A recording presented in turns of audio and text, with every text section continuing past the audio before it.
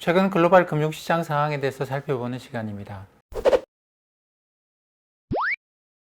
지난해 3월 하순에 글로벌 주가지수가 저점을 찍고 올라오는 동안에 주식시장에 새로 진입하신 분들이 굉장히 많으십니다. 근데 지난 한 1년 동안은 굉장히 이야기들이 많았죠. 정말 주식시장에 어마어마하게 할 말들이 많았습니다. 연준이 어떻게 한다, 미국 정부가 어떻게 한다, 바이러스가 얼마나 확산되고 있고, 백신이 언제 나오고, 임상 3상이 언제 어떻고, 성장주가 어떻고, 가치주가 어떻고, 테슬라가 뭘 하고, 정말 많은 이야기들이 모두 다 주식시장에 영향을 미치는 걸 보셨을 겁니다. 그렇기 때문에 하루 종일 이것만 해도 될 것 같아요. 그러니까 낮에는 한국 주식하고 낮에는 동학개미, 밤에는 서학개미 해도 될 만큼 보다 보면 계속 이런저런 뉴스가 주가 영향을 미칩니다. 뉴스가 늘 많이 나오긴 하지만 그 뉴스가 주가에 영향을 미치는 경우도 있고 안 미치는 경우도 있는데, 어쨌든 작년 3월부터는 이게 지난 1년 동안 계속 그 많은 뉴스들의 상당수가 주가에 실제로 영향을 미쳐왔어요. 그러다 보니까 상당히 주식시장을 재밌어 하시는 분들이 많아졌고, 그리고 유튜브 채널도 굉장히 많이 만들어졌습니다. 할 이야기가 많은 것이죠. 이런 이유로 주가가 올랐습니다, 떨어졌습니다 라고 이야기할 것들이 굉장히 많았습니다. 근데 주식시장이 늘 이렇게 재미있는 건 아니에요. 그리고 이 많은 뉴스들이 주식시장에 늘 영향을 미치는 것도 아닙니다. 그래서 저는 이제 주식시장을 딱 두 개로 나눠놓고 보는데, 제가 늘 드는 예죠. 그러니까 마치 주식시장을 날아다니는 비행기라는 관점에서 보게 되면, 우리가 타고 다니는 비행기는 엔진이 2개 이상 있잖아요. 근데 그 2개의 엔진이라고 치면 하나의 엔진은 유동성이 주가를 움직이기도 하고, 또 하나의 엔진은 실적입니다. 그러니까 유동성이라는 건 뭐냐면, 딴 거 모르겠고 사람들이 여기 자꾸 모여요. 사람들이. 그러면 이게 가격이 올라갈 것 같아요. 사람들이 여기에 계속 관심을 갖고 있다는 이야기는 가격이 올라갈 가능성이 높은 거죠. 돈이 많으면 사람들이 이 돈으로 뭘 할까? 금리는 너무 낮고 예금하기는 어려운데 이 돈으로 뭘 사지? 라고 하고 있는데, 보니까 저기 사람들이 이걸 살까 말까 웅성웅성 모여 있는 거예요. 테슬라가 뭘 한다. 저 사람들이 저기 관심이 되게 많네. 그럼 나도 저 주식을 사보면 저렇게 사람들이 관심이 많으니까 올라가지 않을까, 살려는 사람들이 많으니까. 이게 유동성 효과입니다. 이런 힘으로도 주가는 올라가요. 그러니까 주식시장을 끌어올리는 엔진 한 가지는 유동성인 것만은 분명합니다. 또 한 가지 엔진이 그런 데 있어요. 그럼 이 엔진만 있다고 한다면 중앙은행이 이제 테이퍼링 한다고 하잖아요. 그러니까 유동성 더 이상 공급 안 하겠다고 하거든요. 그리고 한국은행의 지난주 금융통화위원회를 보면 미국보다도 금리 인상을 먼저 할 수 있다. 그래서 언론에서는 이게 올해 연내에 금리 인상을 할 수 있다, 이런 이야기들도 하고 있는데, 이렇게 되면 더 이상 돈이 너무 많은데 어디다가 투자하지? 금리는 너무 낮은데? 이게 아닌 것이죠. 미국이 테이퍼링을 하게 되면 장기금리가 올라갈 것 같습니다. 돈이 너무 많은데? 그러면 장기채 사면 되겠죠. 금리가 좀 높아지게 되면. 우리나라도 시중금리가 올라가게 되면 예금해도 되지 않을까, 이럴 수 있습니다. 그렇기 때문에 더 이상 이런 사람들이 많이 모이는데 웅성웅성하는 데 가서 이거 사면 되지 않을까라고 하는 유동성 효과에 따른 주가 상승이 기본적으로 이제 막혀버리는 상황인 거죠. 그럼 이게 주가가 이제 떨어질만 남았느냐? 근데 주식은 이거 아니더라도 사람들이 관심이 없어도 그 기업이 영업해서, 그 기업이 공장 돌리고 물건 팔아오고 서비스 제공해서, 그래서 이익이 더 나면 주가는 당연히 올라가야 되겠죠. 아무도 관심을 안 가졌는데 기업이 이제 계속 실적이 잘 나왔다, 사람들이 이거 몰랐다, 이런 걸 이제 가치주라고 표현하죠. 사람들이 몰랐는데 이게 너무 저평가되어 있었던 거예요, 기업의 실제에 비해서. 이런 식으로 사람들이 정말 관심을 안 가져도 이 기업의 주가는 결국 실적에 따라서 올라가게 됩니다. 이게 또 하나 주식시장의 힘이죠. 이걸 유동성 장세라고 표현하고, 이걸 실적 장세라고 표현합니다. 실적 장세에서는 뉴스가 별로 나오는 게 없어요. 임상 3상이 어떻고, 백신 환자가 어떻고, 테슬라가 배터리 데이를 하고, 그게 중요한 게 아니고, 그래서 돈 얼마 벌었는데, 지난 분기에. 그리고 기업의 CEO가 나와서 한번 이야기를 해봐라. 올해 얼마 벌 것 같으냐. 이런 걸 이제 earnings guidance라고 표현합니다. 이런 것에나 관심을 갖고 아, 뭐 한다더라. 테슬라가 저기 뭐냐, 화성 간다더라. 이런 것에 대해서는, 여기서는 그게 사람을 모이게 하는 효과가 있거든요. 사람이 모이면 주가가 올라갔는데, 이 실적 장세에서는 사람이 그렇게 잘 모이지도 않습니다. 그리고 뉴스 자체가 이런 거 안 만나도 별로 이제 반응을 안 하는 것이죠. 임상, 삼상 뭐 한다? 그건 됐고, 그래서 실제로 돈을 얼마를 벌 건데 라고 하는 실적 추정치를 한번 내보세요. 이렇게 이야기를 하는 거죠. 근데 기업의 실적 추정치가 매일매일 바뀔 것도 아니잖아요. 이거 기업의 실적은 빨라봤자 한 분기에 한 번씩 나오고 1년에 4번밖에 안 나옵니다. 4번밖에 안 나오죠. 미국이 이제 실적이 제일 빨리 나오고 제일 실적에 대한 어떤 그런 투명성이 제일 강한 시장인데,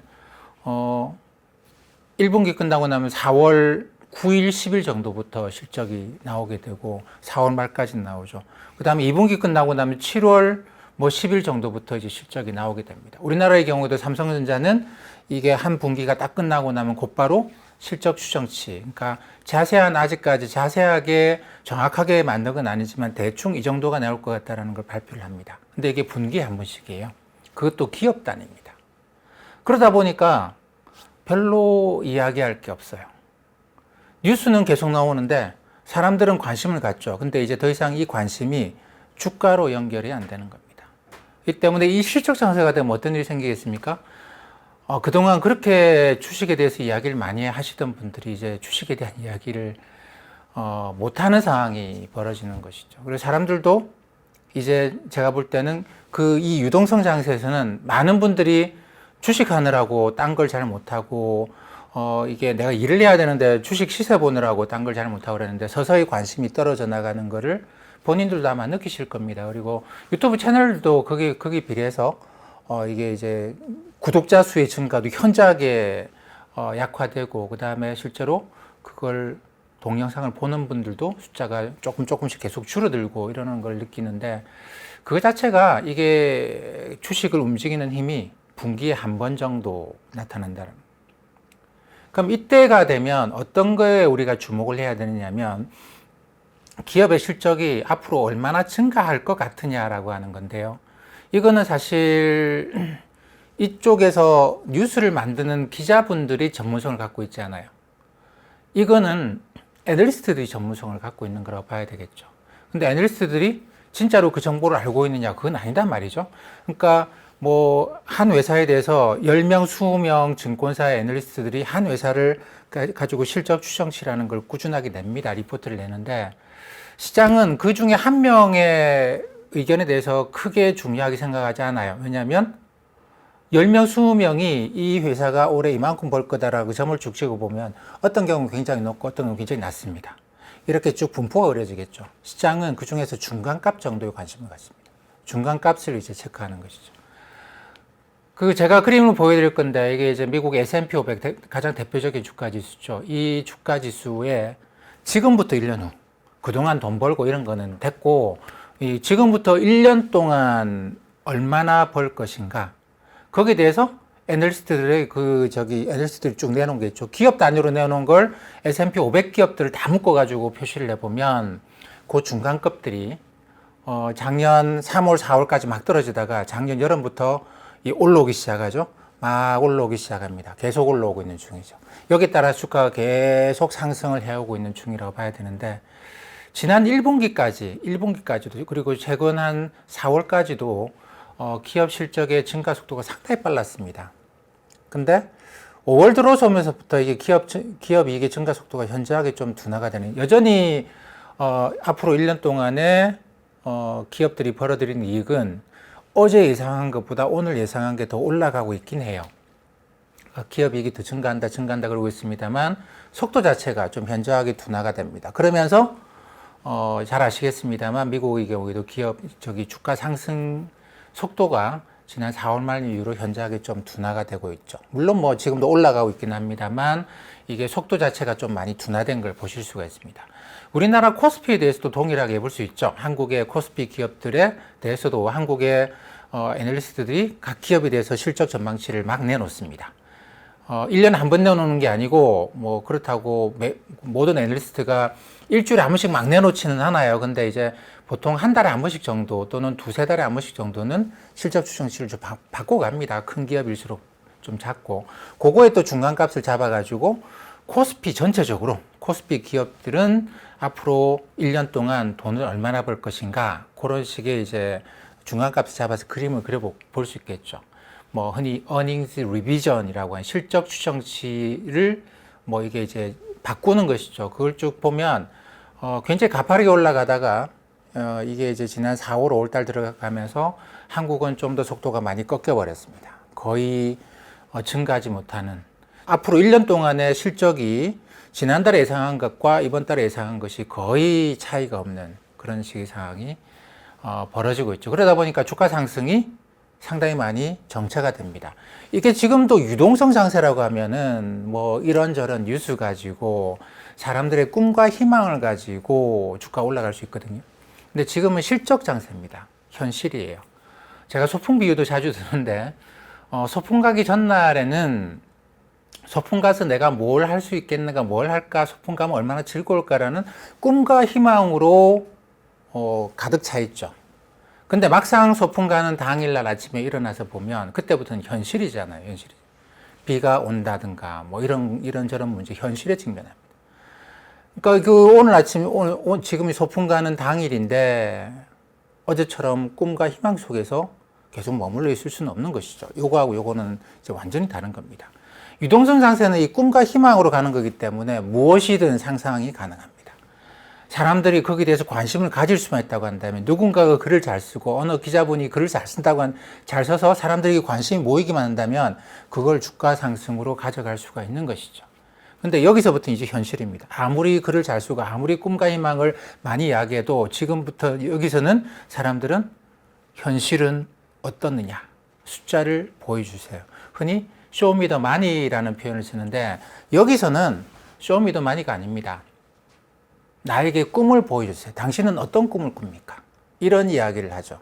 그래서 뭐 PDR이 어떻다, 이 꿈의 크기에 따라서 주가가 올라간다, 뭐 이런 이야기를 많이 하는데 여기서는 꿈이 중요한 게 아니고 숫자가 중요합니다. 그래서 당신이 얼마를 벌었는지 쇼미더마니 나에게 그 숫자를 번 돈이 얼마인지를 보여주세요 라고 하는 시장으로 가는 것이죠. 그러다 보니까 이게 이제 애널리스트들의 추정치 중간값, 실적 중간값, 이게 얼마나 가파르게 올라가면 주가 상승도 같이 가파르게 올라가고, 물론 이게 무엇이 선이고 무엇이 훈지는 저도 좀 자신 있게 말씀드리기는 어렵습니다. 주가가 올라가면서 애널리스트들이 실적 추정치를 좀 더 높여도 되겠다 생각을 하는 경향도 확실히 있고요. 그러니까 주가 상승이 먼저다라고 이야기할 수도 있고, 근데 주가가 계속 가기 위해서는 사람들이 실제로 그렇게 생각을 바꿔줘야 되잖아요. 더 실적이 좋아질 거라는. 그래서 애널리스트들이 실적을 뭐 빨리 많이 올리면 올릴수록 주가 상승이 커진다. 그러니까 애널리스트의 실적 추정치의 변화가 주가를 끌어올린다라고 볼 수도 있습니다. 근데 두 개 아마 같이 엮여 있겠죠. 같이 엮여 있을 것 같은데, 어쨌든 주가를 움직이는 힘은 이거지 다른 힘이라고 볼 수는 없어요. 그래서 뉴스가 나올 만한 게 사실 별로 없습니다. 그리고 이 애널리스트 추정치는 보통 일주일에 한 번씩 집계를 합니다. 각 증권사에서 뭐 이런저런 사이트에 이제 해서 그 사이트에서 일주일에 한 번씩 집계하고 하기 때문에, 그리고 변화가 그렇게 크지도 않아요. 그래서 이제 실적 시즌에 들어갔다 지금은. 그렇기 때문에 큰 변화가 없고 시장이 좀 재미없어졌다, 이야기거리가 많이 줄었다. 근데 그렇게 돼야 되지 않겠습니까? 안 그러면 이게 일상생활과 주식 투자를 병행할 수가 없어요. 뭐 지난 1년처럼 작년 올해 초까지 이어지는 그런 유동성 장세와 같은 일이 계속 벌어진다고 한다면 이 투자와 일상생활을 병행하는 것은 굉장히 어려울 겁니다. 근데 이 지금 같은 시장, 실적 장세가 어떻게 보면 주식시장에서 굉장히 길거든요. 유동성 장세는 좀 짧고, 4년을 주기로 본다고 한다면 유동성 장세는 1년, 실적 장세는 3년, 이렇게 보는 게 맞을 것 같은데, 이게 이제 훨씬 더 길기 때문에 일상생활과 투자를 병행할 수가 있는 것이겠죠. 그러니까 어쨌든 지금부터는 이미 시작됐습니다만 실적에만 주목을 해보시는 게 좋습니다. 그리고 작년에 해왔던 거를 가급적 빨리 잊고 그러니까 새로운 세상에 적응해 나가는, 여기서는 가장 강력한 지표가 말씀드린 것처럼 애널리스트들의 실적 추정치다라고 생각을 하시면 될 것 같습니다.